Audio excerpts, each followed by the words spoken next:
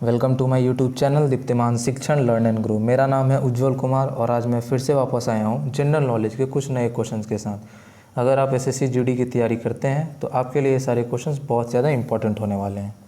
चलिए क्वेश्चंस पे आते हैं। पहला क्वेश्चन है, बेसबॉल के मैच में प्रत्येक पक्ष में कितने खिलाड़ी रहते हैं?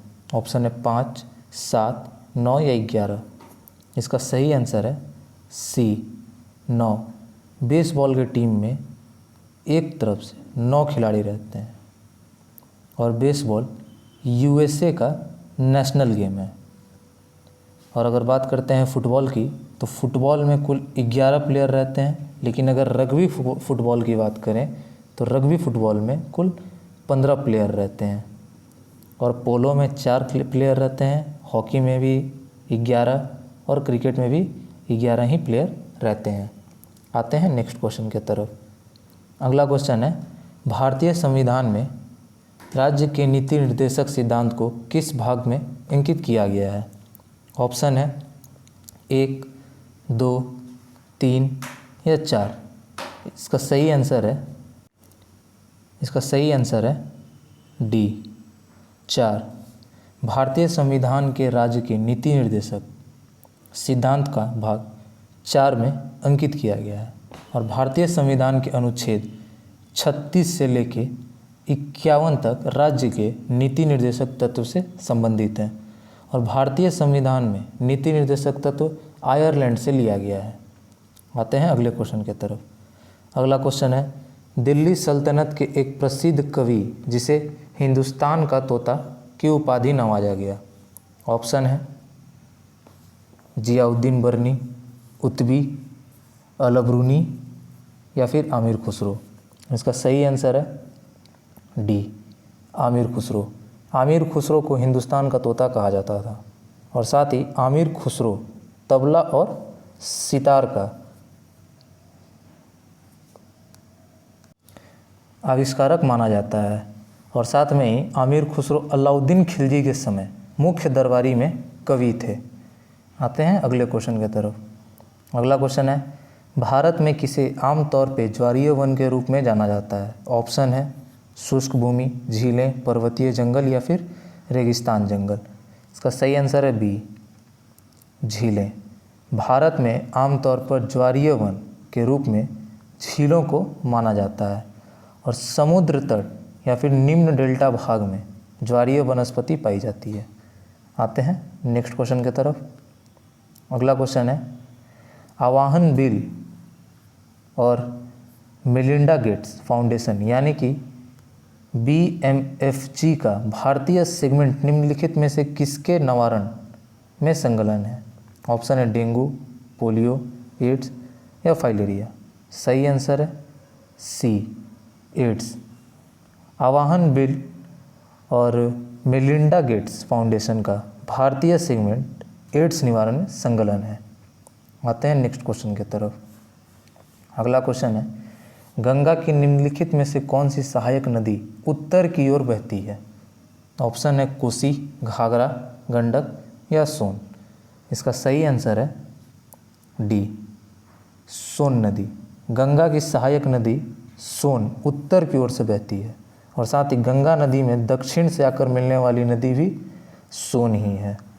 और गंगा नदी की सबसे बड़ी सहायक नदी यमुना को माना जाता है। यमुना को गंगा की सबसे बड़ी सहायक नदी माना जाता है और सोन नदी अमरगंडक की पहाड़ी से निकलती है। आते हैं नेक्स्ट क्वेश्चन की तरफ। अगला क्वेश्चन है, हड़प्पा लिपि की जानकारी का प्रमुख स्रोत क्या है?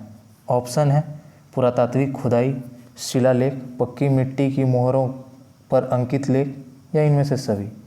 सही आंसर है सी पक्की मिट्टी की मोहरों पर अंकित लेख।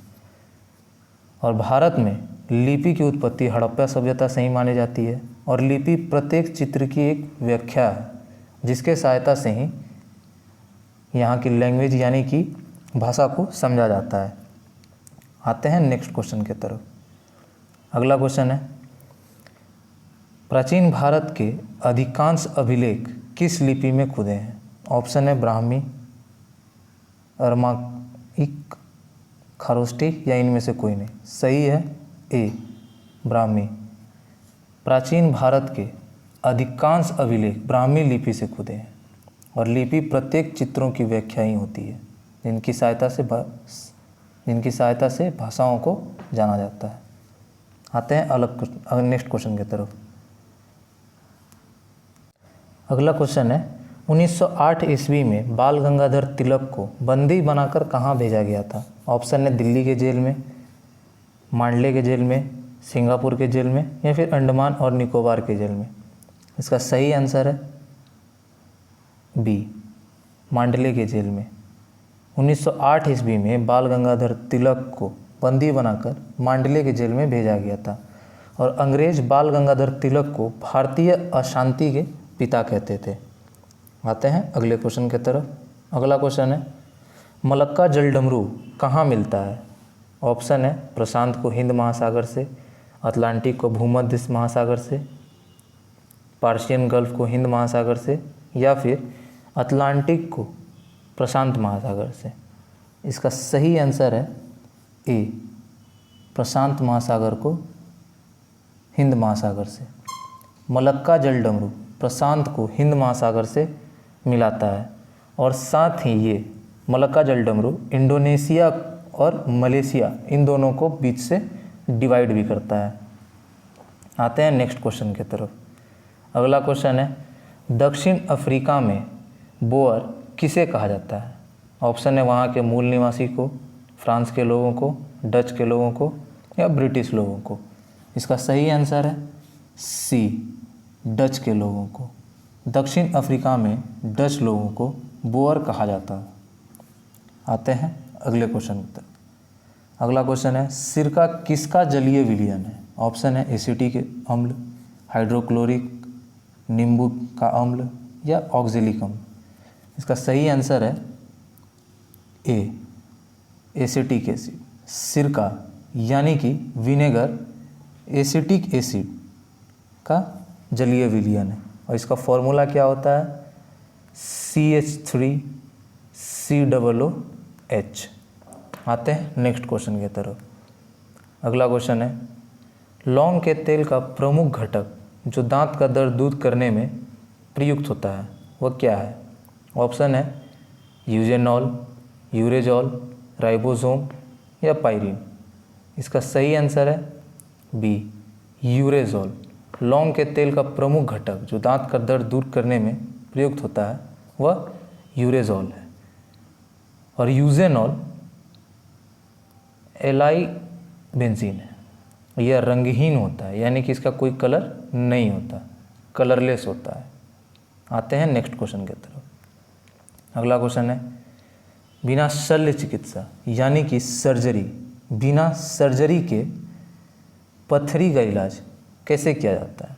ऑप्शन है एक्सरे द्वारा, अल्ट्रासाउंड द्वारा, लेज़र द्वारा या फ्लोरोस्कोपी द्वारा।